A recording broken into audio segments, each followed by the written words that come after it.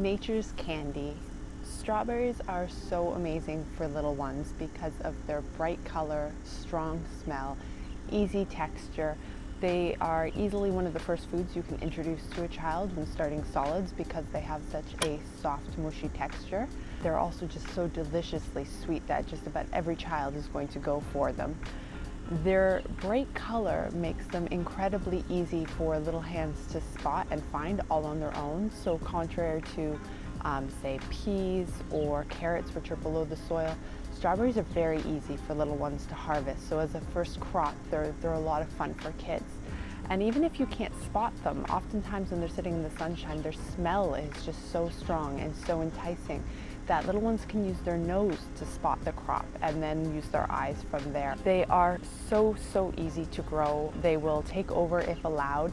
You can grow them in gutters, you can grow them in PVC piping, you can grow them in containers, in baskets, in grow bags, in the ground, in raised beds.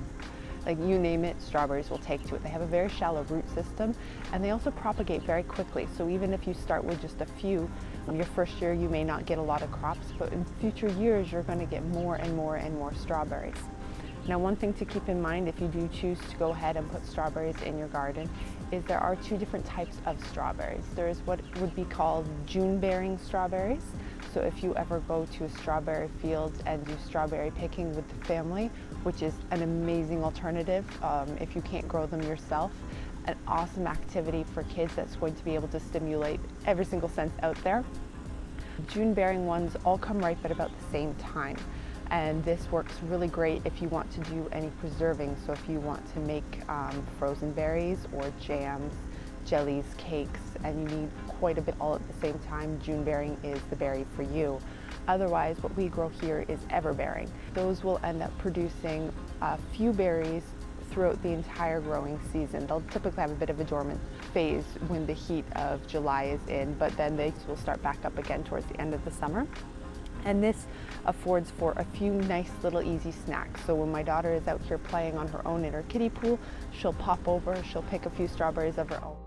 Strawberries. Oh, strawberries. Strawberries.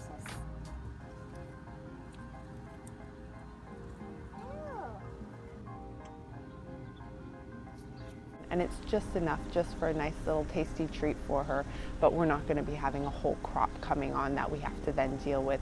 So for me, I really like the ever-bearing varieties when it comes to providing them for kids. For other plants that are awesome for kids, make sure to check out this video here. And if you have any questions regarding strawberries and their care or any other questions related to plants for kids, make sure to drop them in the comments below and I'll get back to you there. Thanks for watching.